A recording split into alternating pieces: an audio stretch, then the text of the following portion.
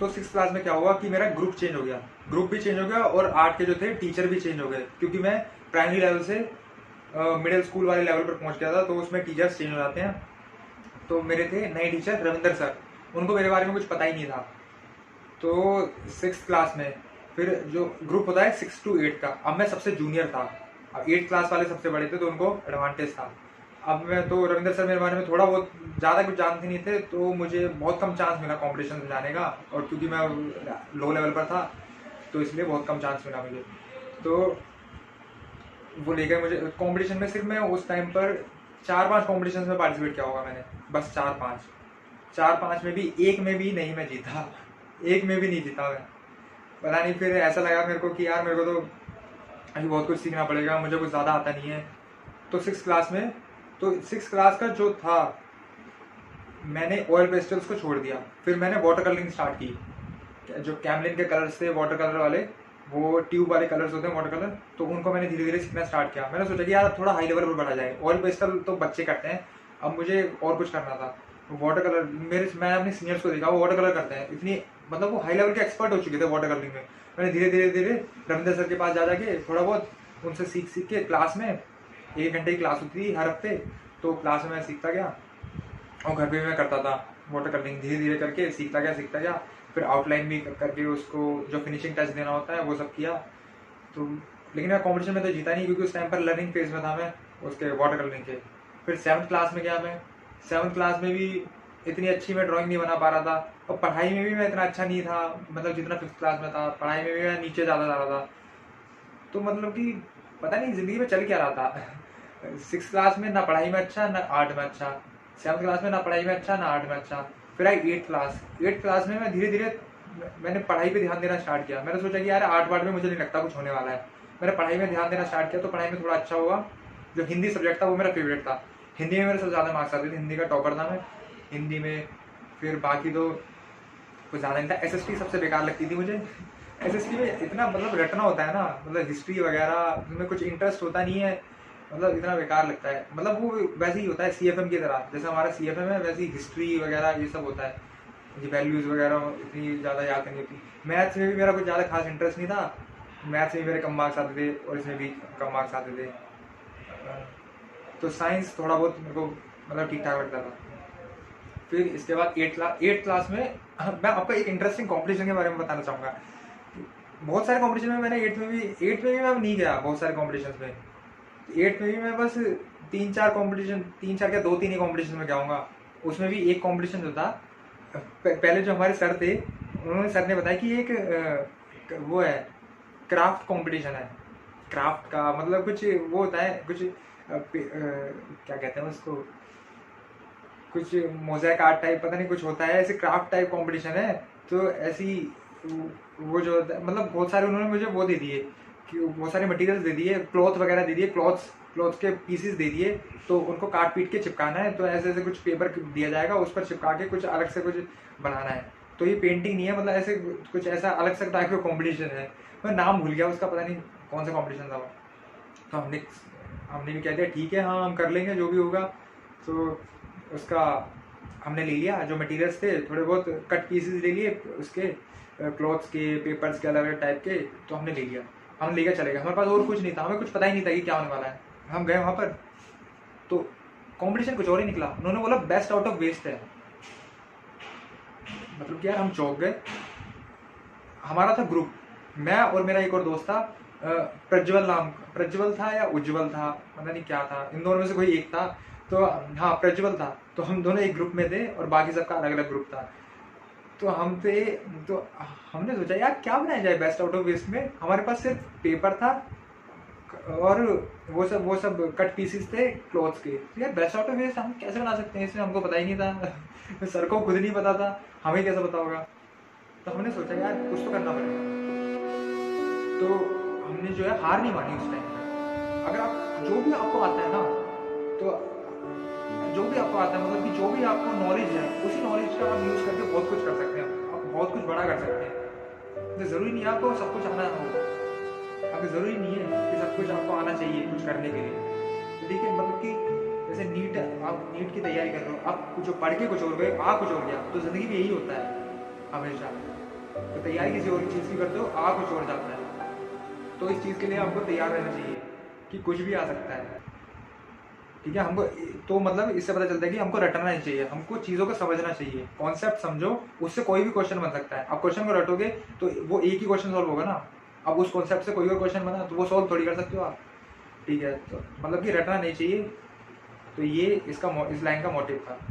ठीक है, फिर हमने जाकर अपना दिमाग लगाया वहाँ पे, यार कुछ तो करना पड़ेगा। हमने क्या बनाया, हमने कुछ इतना अच्छा नहीं बनाया, हमने बनाया एक पेन होल्डर। तो क्योंकि पेपर से सिर्फ वही चीज़ है वो जो बन सकती है। पेपर थोड़ा सा थिक था, उसको रोल करके एक पेन होल्डर टाइप बनाया। उसके अंदर नकली हमने पेन्स बना दिए पेपर वगैरह से कई यूज़ करके, स्केल बना दिया, पेन वगैरह और ये सारी चीज़ें बना दी। और कुछ डेकोरेट करने के लिए उसके अंदर कुछ डाल दिया, और बाहर से जो कट पीसेस थे उस क्लोथ्स के वो चिपका दिए, और एक मतलब स्टाइलिश टाइप का बना दिया, थोड़ा डिज़ाइन वगैरह डाल के उस पर बना दिया। फिर वो हमने सबमिट कर दिया। और कुछ दिनों बाद खबर आई, हम चौंक गए सुन के कि हम फर्स्ट आए हैं उस कंपटीशन में। मतलब हद हो गई। मतलब बिना किसी तैयारी के हम फर्स्ट आ रहे हैं, और जिसकी तैयारी करके जा रहे हैं पेंटिंग कंपटीशन वगैरह की, उसमें कुछ नहीं। हद होती है। मतलब यही होता है जिंदगी में। मतलब अनएक्सपेक्टेड चीज़ें ही होती हैं। मेरी ज़िंदगी में कई सारी अनएक्सपेक्टेड चीज़ें हुई हैं, जो मैं एक्सपेक्ट करता हूँ वो होता ही नहीं है। ठीक है, फिर उसमें हम जीत गए। फिर 8th क्लास भी निकली। फिर जो था 9th क्लास में हम पहुँचे। फिर मैं मतलब कि मैंने आर्ट से मतलब कि प्रैक्टिस करना छोड़ ही दिया था। फिर सर ने भी ले जाना छोड़ दिया था मेरे को कंपटीशन में। फिर सर को लगने लगा यार इसको छोड़ो, इसको नहीं आता कुछ भी, इसको इतनी ज़्यादा अच्छी ड्राइंग नहीं आती। मैं प्रैक्टिस ही नहीं करता था रोज़, मैं बस अलग चीज़ें करता था, जैसे क्रिकेट खेलना हो गया। अब मैं बताता हूँ क्रिकेट के बारे में। तो क्रिकेट की गर्मी की छुट्टियाँ होती थी, गर्मी की छुट्टियों में मैं इधर जाता था, ग्राउंड में जाता था। अपने जो हमारा जो प्ले ग्राउंड है अपने घर के पास में, रोज़ सुबह के 5 बजे जाता था। सुबह उठ के 5 से 7 बजे तक 2 घंटे होते थे खेलने के लिए। फिर हमें वापस घर आ जाना होता था। सिर्फ उन 2 घंटे के अंदर मैंने वो बॉलिंग सीखी, क्योंकि मैं वैसे सीधा फेंकता था, जर्क बॉल फेंकता था। तो मैंने हाथ घुमा के बॉल करना सीखा। मैं मीडियम पेसर हूँ, तो मीडियम पेस बॉल डालता हूँ। तो पहले मुझे कुछ नहीं आता था, तो मैं धीरे धीरे करके वहाँ पर बॉलिंग सीखता था, बॉलिंग बैटिंग वगैरह। मैं ऑलराउंडर हूँ वैसे तो क्रिकेट में अलग ही मजा आने लगा। फिर मैंने ये सब ड्राइंग वगैरह छोड़ दी। रोज क्रिकेट खेलने जाते थे। क्रिकेट के जुनून तो ऐसे सवार था, मतलब कि पढ़ाई करने के लिए ना उठूं मैं सुबह के टाइम, लेकिन क्रिकेट खेलने के लिए जरूर जाते थे हम दोनों भाई, मैं और मेरा भाई, दोनों के दोनों। बस पढ़ाई के लिए उठा दो तो नहीं उठेंगे, लेकिन क्रिकेट खेलने के लिए जरूर जाते थे। बाहर के लोग आते थे, जनता आती थी, मतलब इसके पड़ोसी आते थे, आके बस चिल्ला देते थे, हम खुल जाते थे। वो हमारा अलार्म होता था। फिर सुबह 4:30 या 5 बजे उठ के निकल लेते थे खेलने के लिए। वो भी अलग ही लेवल का एक्सपीरियंस था, अलग मजा आते थे। मतलब खूब मजे किए बचपन में। तो आज मिस करता हूँ उन दिनों को। मतलब क्रिकेट खेलने जाया करते थे अपने दोस्तों के साथ। अब यहाँ पर तो कुछ हो ही नहीं पाता, अब इतनी बिजी लाइफ हो गई है पढ़ाई के चक्कर में। ठीक है, अब धीरे धीरे चल रहा है सब कुछ। फिर उसके बाद जो था आर्ट वगैरह से मैं इतनी ज़्यादा प्रैक्टिस नहीं करता था, तो मैं पीछे हटता जा रहा था। फिर घर वाले भी बोल रहे थे कि यार अब पढ़ाई पे फोकस कर, ड्राइंग वगैरह इतनी मत कर। मम्मी बोलती थी कि अब ड्राइंग वगैरह मत कर इतनी ज़्यादा, तो मतलब पढ़ाई लिखाई पे पढ़ाई पे ध्यान दे, नंबर चाहिए। खासकर ये रिश्तेदार होते हैं, ये पूछते रहते हैं कि नंबर कितना है, तेरे मतलब इस बार क्या आया, रिजल्ट क्या आया। मतलब बाहर का, मतलब घर वालों का इतना प्रेशर नहीं होता जितना बाहर वाले लोगों का होता है, जितना ये नेबर्स का होता है, जितना रिश्तेदारों का होता है। तो बहुत ज़्यादा मतलब प्रेशर होता है इनकी वजह से पढ़ना पड़ता है।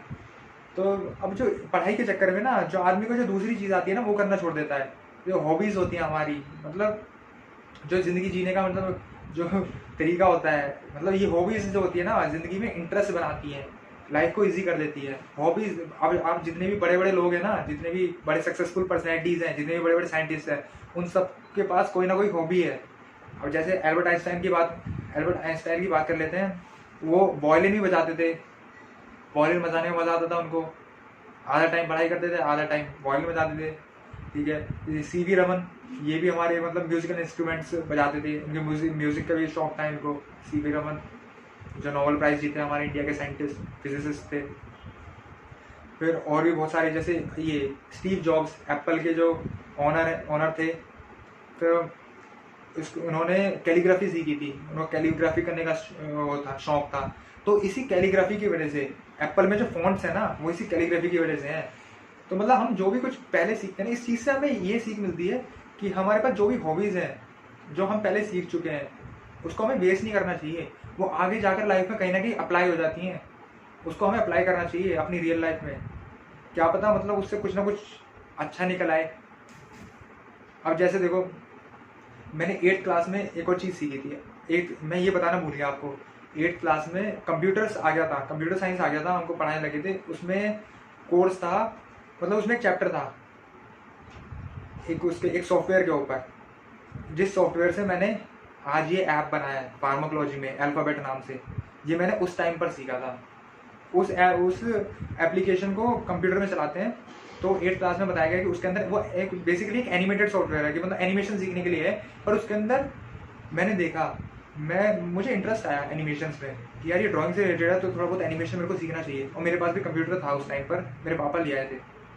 तो मैं बाहर गया साइबर कैफे पे, साइबर कैफे से वो सॉफ्टवेयर 20 रुपये का लेकर आया था, 20 रुपीज़ का मैं वो परचेज करके लाया था, डाउनलोड करवा के लाया। तो मैंने फिर जैसे मुझे बड़ा इंटरेस्ट आया, मैंने डाल के देखा, तो धीरे धीरे मैं एनिमेशन सीखने लगा उसमें, खुद ही सीखता रहा एनिमेशन वगैरह। मुझे मज़ा आने लगा उसमें, रोज तो मैं डेली करता था एनिमेशंस। फिर मैंने देखा यार एनिमेशन के अलावा भी इसके अंदर बहुत कुछ है, उसके अंदर कोडिंग भी है, उसके अंदर हम ऐप्स भी बना सकते हैं, गेम्स भी बना सकते हैं, बहुत कुछ बना सकते हैं। मैंने देखा कि यार अच्छा, तो ये तो बहुत ही मस्त सॉफ्टवेयर है, अगर मैंने ये सब सीख लिया तो मज़ा आ जाएगा। तो धीरे धीरे मैं सीखता गया उसको, पर लेकिन अप्लाई करने का मौका नहीं मिल पाया कहीं। एनिमेशन बनाता था, छोटी मोटी एनिमेटेड वीडियोस बना देता था, तो छोटी मोटी बना देता था, इतनी कुछ खास नहीं होती थी, किसी को दिखाने का मौका नहीं मिला।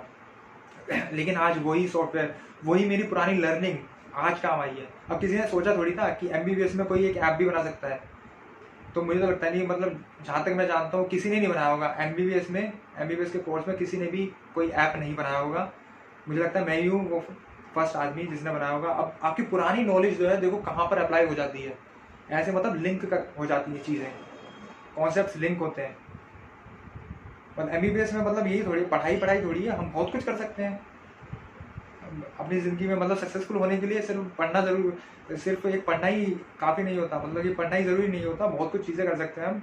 और ये जो हॉबीज़ हैं, अब जैसे आपको कुछ भी सिंगिंग आती है, डांसिंग आती है, पेंटिंग आती है, या फिर आप इन सब चीज़ों से एक्टिंग आती है, इन सब चीज़ों से भी आप सक्सेसफुल बन सकते हैं। पढ़ाई ही ज़रूरी नहीं होती है ज़िंदगी में, सिर्फ पढ़ाई नहीं होती है, पढ़ाई के अलावा भी बहुत कुछ होती है। बहुत बड़ी दुनिया है ये, बहुत लोग सक्सेसफुल हुए हैं यहाँ पर, ठीक है। तो पढ़ाई है फिर बस। लेकिन ये एक चीज़ होती है कि अगर आपको सक्सेसफुल बनना है ना, तो अगर कोई भी आपकी चीज़ है, कोई भी आपको चीज़ आती है, तो उसमें एक्सपर्ट बन जाओ। उसमें एक्सपर्ट बन गए ना, तो आपको सक्सेसफुल होने से कोई नहीं रोक सकता। जो भी आप सीख रहे हो, बस यूँ नहीं कि आधा अधूरा सीख लिया, हाँ ठीक है, उसके एक्सपर्ट बन जाओ, उसमें हर चीज़ सीख लो उसके अंदर। तो सक्सेसफुल मतलब सक्सेस के पीछे मत भागो, एक्सीलेंस के पीछे भागो, मतलब उसका एक्सपर्ट बन जाओ, बहुत उसके अंदर सारी चीज़ें सीख लो। तो ठीक है, फिर मैंने आपको ये बता दिया, 8th क्लास हुई ओवर, फिर 9th क्लास हुई। धीरे धीरे मतलब मैं पढ़ाई में जाने लगा, पढ़ाई में इंटरेस्ट आने लगा मेरे को थोड़ा बहुत। पर SST में मुझे बिल्कुल इंटरेस्ट नहीं था, SST में तब भी मैं बेकार था, अब भी मुझे कुछ नहीं आता SST में। तो ये हिंदी का मैं टॉपर था, और बाकी में मतलब साइंस वगैरह में मैं एवरेज था। फिर उसमें आर्ट में धीरे धीरे, अब मैं बताता हूँ आर्ट का जो टर्निंग पॉइंट एक और जो हुआ। मैंने बताया आपको 5th क्लास में मैंने एक लड़के की पोजीशन ले ली थी, नीतीश नाम का, जो मेरा बैचमेट था। उसकी जगह मुझे सर भेजने लगे। 9th क्लास में क्या हुआ, मेरी जगह नीतीश को भेजने लगे दोबारा। मेरी जगह उस नीतीश ने वापस ले ली थी। क्यों? क्योंकि उसकी ड्राइंग मुझसे अच्छी हो गई थी। उसने सीखना नहीं छोड़ा था, मैंने सीखना छोड़ दिया था उस टाइम पर। मैं मतलब कॉन्फिडेंस में आ गया, हाँ मुझे आता है, मुझे बहुत कुछ आता है, मुझे सबसे अच्छी ड्राइंग आती है। मैंने सीखना छोड़ दिया, मैं बस ऐसे टाइम पास करता था फालतू। वो डेली की डेली प्रैक्टिस करता होगा घर पे डेली प्रैक्टिस करता था। फिर धीरे धीरे करके वो मुझसे और हम सबसे, हमारी पूरी क्लास से जो जितने भी सेक्शंस थे, 4-5 सेक्शंस थे, उन सब में सबसे अच्छा मतलब आर्टिस्ट बन गया वो। फिर सर ने उसी को चूज़ करना स्टार्ट कर दिया, वो और एक और पार्टनर था, हो गया था उसका एक करण नाम का। ये 2 लोग हर कॉम्पिटिशन में जाने लगे, मुझे बुलाते ही नहीं थे सर।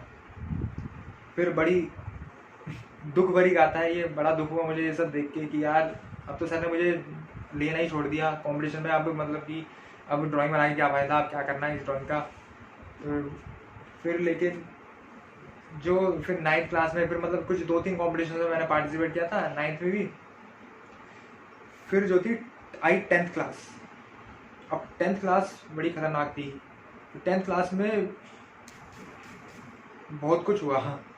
10th क्लास में एक तो प्रेशर था पढ़ाई का कि 10th में बाहर घर वाले बोलते थे, बाहर वाले बोलते थे यार 10th है, इसमें नंबर नहीं आए तो किसी में नहीं आएंगे, मतलब कि बहुत ज़्यादा इंपॉर्टेंट क्लास है 10th के मार्क्स मैटर करते हैं, मार्कशीट में मार्क्स मैटर करते हैं, वहाँ जॉब के लिए भी 10th क्लास मैटर करती है। अरे कुछ मैटर नहीं करती यहाँ पे, ना 10th के मार्क्स मैटर करते ना 12th के मार्क्स मैटर करते हैं यहाँ पे। बस यहाँ पर एक बार नीट में सिलेक्शन हो जाए ना आपका, तो एक बार कॉलेज में आ जाओ, फिर कोई नहीं पूछता आपके 10th के मार्क्स और 12th के मार्क्स।